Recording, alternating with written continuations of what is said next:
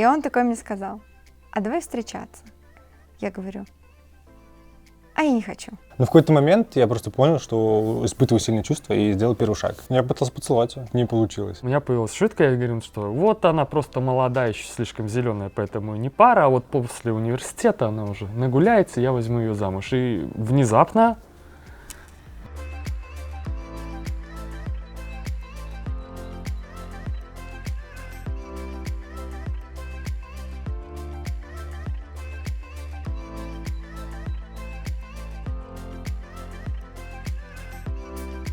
Мы познакомились в первый день университета, 1 сентября. С первого дня у нас как-то дружба тоже не пошла, да, мы не сильно стали общаться. И, наверное, вот такой был момент, это, наверное, зимой мы были в клубе, тогда был какой-то там праздник от юрфака. Был общий стол, все заказывали, но никто не хотел потом за это платить. И, в общем, мы с Аней только единственные откликнулись на это и бегали по всему клубу, искали, в общем, там деньги, искали людей. В клубе одна девочка стала плохо, и нужно было отвезти ее домой. И опять же откликнулись только мы на это, а денег было на такси только в одну сторону. И вот мы ее довели домой, и там, в общем, до 5 утра сидели в подъезде, вот так вот друг от друга облокотившись, спали. Ждали, пока откроется метро. И как бы вот, и, наверное, после этого уже по-другому друг на друга смотрели, и, то есть уже реально стали, наверное, друзьями. Поняли, что можно положиться друг на друга. Я общалась тогда с одной девочкой только из группы, и она в какой-то момент, там около 3-го курса, по-моему, решила перевестись на заочное. Кириллу мне жалко стало.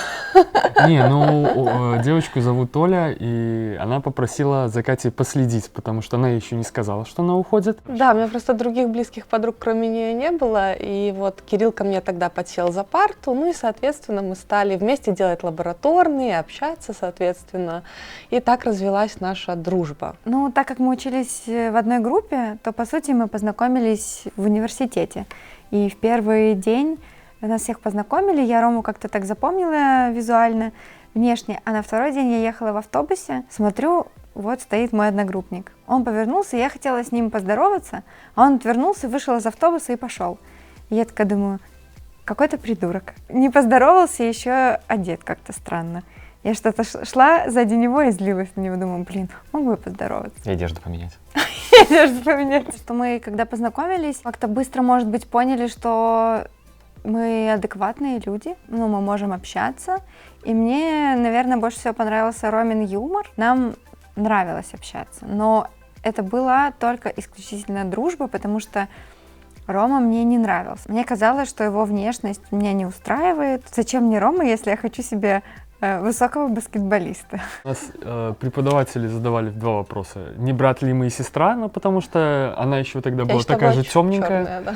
Ой, а вы такие, ну, так похожи, так хорошо смотритесь вместе, может, вы пара, вам бы быть парой. И А вот почему вы не похожи. пара? Да, почему вы не пара? Но из-за того, что как бы нам постоянно это говорили, у меня появилась шутка, я говорю, что вот она просто молодая, еще слишком зеленая, поэтому не пара, а вот после университета она уже нагуляется, я возьму ее замуж. И внезапно...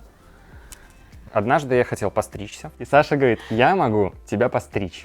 Я такой, А я не умела. прикольно. Ну вот стрижка — это такое место, ну не место, а такое занятие, когда очень близко может иногда люди пересекаться. И вот я сижу, она меня стрижет, и очень близко вот так вот передо мной перемещается. Я такой... И у меня что-то такое... И потом мы пошли вместе как до метро, и мы идем, и я такой говорю, слушай, Саша, а как ты думаешь, ты бы когда-нибудь могла встречаться с другом со своим? Она такая, не, исключено, это вообще... Ага. Ну, ладно, окей, значит, она из тех, кто не будет с друзьями встречаться. Значит, мне тут нечего ловить, буду искать где-нибудь в другом месте. Но самое интересное, что когда ты мне задал этот вопрос, я про тебя вообще не подумала. Я подумала про своего одноклассника, про кого-то еще, но я не подумала, что ты вообще спрашиваешь там про себя. Да-да-да. Просто думала, что ты хочешь поболтать. Вот мы дружили, а на 5 курсе преддипломная практика. И Рома, он родом из Орши, и он снимал квартиру в Минске. И когда он уехал в Оршу зимой, ну, полгода, получается, мы уже не ходили в универ, не общались, не тусовались. И я в какой-то момент такая про себя стала думать, так, я, походу, скучаю по Роме. Это как-то странно. И мы начали переписываться. И в один день позвал меня и еще нашу общую подругу в Оршу, к себе в гости. И все, и мы приехали к Роме в гости, и я такая... заценила, как там Рома готовил для нас, встречал нас, он был такой милый. И мне что-то это показалось странным, потому что я не могла поверить в то, что мне может нравиться Рома. Приехала обратно в Минск и поняла, что я опять по Роме скучаю. Я позвонила своей подруге и говорю: слушай, я не знаю, что делать, странная ситуация. Она говорит: ну, если не можешь понять, ну, скажи ему, что ты еще раз приедешь просто в гости. И я через неделю, по-моему, да, или через 2, приехала еще раз в Воршу. Поняла, что Рома, наверное, мне нравится. И он такой мне сказал: а давай встречаться. Я говорю: а я не хочу. Тебе было обидно? Да, наверное, было обидно.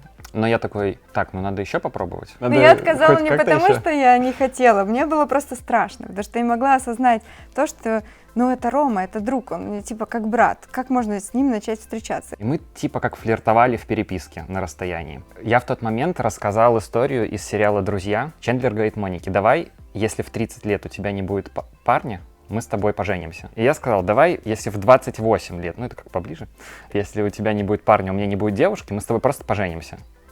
И мы такие: ну давай. И вот потом, когда я приехал уже после конференции, Но по сути это было вот наше первое свидание, когда он меня встретил. Да. И мы очень классно провели время. И на следующий день, когда я ехал обратно в Воршу, Саша мне написала сообщение: знаешь, я чувствую, что мне уже 28 лет. Как будто мне уже 28 лет.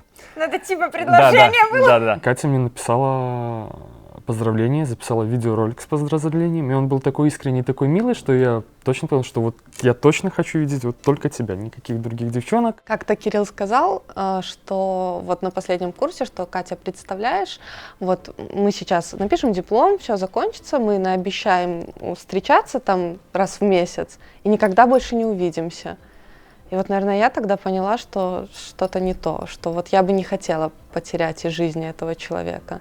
Поняла, наверное, для себя, что что-то я испытываю прям глубокое к этому человеку. Я почему-то тогда решила, что, если мы действительно вот последний раз я его поздравляю с днем рождения, а потом забуду, это должно быть как-то необычно, не телефонный звонок, не там сообщение, надо записать. И вот я тогда приехала, и, можно сказать, вот с его дня рождения мы вместе. На 5-м курсе уже не было ни у меня отношений, ни у Ани не было отношений, и как-то мы все сближались.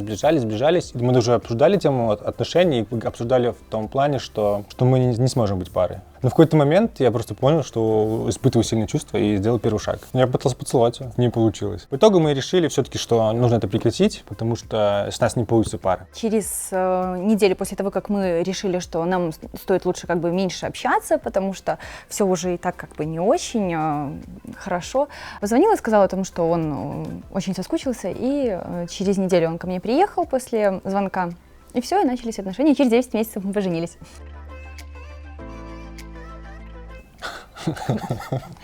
Была, она и сейчас иногда бывает, когда вспоминаем вот именно тот момент, когда мы дружили. Мы друг друга узнавали абсолютно с другой стороны. Ну, это даже первый звонок в отношениях, когда ты там вроде говоришь, потом такой под конец, типа, целую. Ну, первый раз поцеловаться было очень странно. Очень странно. Это было вот так вот. И вот так вот лица съехали друг с друга просто, потому что никто не понимал, что делать дальше.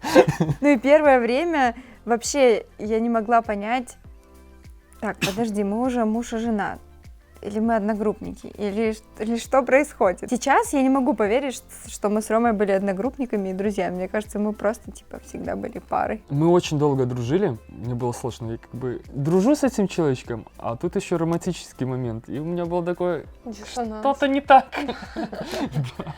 А у меня тоже в голове такое: что происходит, что происходит, что происходит. То, что у нас был бэкграунд дружеский, сильно облегчил вот момент, когда вы там, ну не совместно бы, да, а просто момент притирания в самом начале. Да, то есть мы уже знаем, о чем хотим друг с другом поговорить, там, знаем друг друга интересы и так далее. Общение очень-очень-очень легкое. Мы стали как-то друг друга чувствовать за время дружбы, и поэтому это безумно помогло в отношениях. То есть я сразу вот начала встречаться с парнем, и я ему уже доверяю. Как бы, когда конфетный букет на этот период, и люди скрывают свои, ну, люди пытаются выставить себя не такими, какие они есть. Если человек неряха, то он первое на свидание будет приходить очень неприятно, да, только потом мы будем узнавать и разочаровываться в человеке. У нас такого не было. Мы знали, какие мы люди, и даже сейчас, когда какие-то у нас возникают разногласия, мы понимаем, что мы через многое прошли, и понимаем, что все это всего лишь там очередная ссора, и, как бы сказать, я не сомневаюсь в том, что она мой человек, и что мы будем вместе до конца. Просто потому, что я ее знаю от и до. Мне кажется, что нам проще, чем тем Ну. парам, у кого нет дружбы, потому что муж — это тот человек, которому ты доверяешь на все 100%. Ну, до сих пор Аня — это мой лучший друг. Мы быстрее разобрались с теми детскими болячками, которыми пары начинают сталкиваться после того, как у них проходит флер вот этой вот сексуальности и страсти, и они потом такие: надо же еще и отношения как-то строить. Может быть, я еще отношусь к таким людям, которые, ну, для которых сложно начать встречаться с людьми, которых ты не знаешь. Но когда я знала Рому очень хорошо, но у меня к нему был, ну, такой уровень доверия, что я точно понимала, он меня никак не, ну, специально не захочет сделать мне больно. И нету никакой неловкости. И не хочешь быть или там выглядеть как-то лучше, чем ты есть. Ну, потому что вы же уже и так Да, дружите, да, вы уже и так друг знаете друга друг друга. знаете. Ну, наконец-то. Визгами и криками. Когда друзья узнали, что мы пара, у всех были огромные глаза, как в мультиках аниме, вот такие. И только помнишь, Машка сказала: а я знала, что Да. это произойдет. Никто не знал, что мы встречались в университете. И мы приходим в университет, а ну, у нас кольца на пальцах. Извини, что перебиваю, не знали, потому что это же было время, когда подготовка к экзаменам. То есть мы в Да. университет не ходили, И поэтому... никто не да. знал. И вот, ну, вот одногруппникам, наверное, было так, что вот были одногруппники, а вот пришли они типа муж и жена, и все такие, что за... Не сильно удивились. Очень удивились. То есть удивились, но это было такое минутное удивление. И все сказали, типа, что, блин, мы давно знали, что так произойдет, и все. Моя мама была в восторге. Ей нравился Кирилл с самого первого курса. Она его с ним, конечно, знакома не была, но вот красивый мальчик на фотографиях, общение мое с ним делает меня только позитивно, и, конечно, он нравился маме. Ну и внешне, он просто очень похож на папу в молодости. Но моя мама заплакала, когда мы ей сказали, потому что для нее это тоже было странно. Ну, Рома приехал к нам один раз в гости, а потом через 2 недели приехал еще раз и сказал, что мы хотим пожениться. Моя мама тоже видела 2 раза в жизни Сашу. То есть вот один раз они приехали в гости, а потом 2-й раз Саша еще раз приехала в гости. Она обычно так воспринимает подобные вещи. Она такая: такая: угу, хорошо. Так, ну надо готовиться. На самом деле, когда мы женились, мы думали: блин, почему все так Удивляются. воспринимают это? Типа, что тут такого? Ну мы решили. Мы типа женимся. Но для нас ничего не было удивительного. Не знаю, года через 2 или 3, только после того, как мы уже поженились, мы начали это обдумывать еще раз. И такие типа: ты представляешь, мы типа просто вот 2 раза виделись, и потом сказали родственникам, что мы женимся. Наши родители отреагировали, мне кажется, замечательно. Они нам очень помогли в подготовке к свадьбе, потому что она была просто супер-экспресс быстрой. Чтобы вы понимали, мы запланировали там, наверное, в августе разговор об этом был, да? Да. В общем, все как-то тянулось, там, то вот это, а потом просто мы позвонили в один день, сказали, через неделю свадьба, там-то все. За неделю подали заявление, и в 10 утра у нас была свадьба, поэтому подготовка начиналась в 5 утра. Ну, конечно, существует. Это вопрос не пола, ни гендера, ни национальности, ни цвета кожи. Но это просто вопрос того, личностно сходятся люди или нет. Потому что дружба — это же тоже отношения. В эти отношения тоже нужно вкладываться. Я парень, я не могу дружить с девушкой. Ну, кто тебе такое сказал? Если тебе с этим человеком хорошо, дружи. Мы слышали про стереотип, что дружба между женщиной и мужчиной не существует, и мы абсолютно с ним согласны. Дружба между мужчиной и женщиной — это либо еще не родившееся чувство, либо уже законченное. Я и раньше считала, что это так, но просто на себе это не испытывала до этого. Мы поняли, что все какие-либо контакты с противоположным полом нужно прекращать, потому что мы не умеем дружить.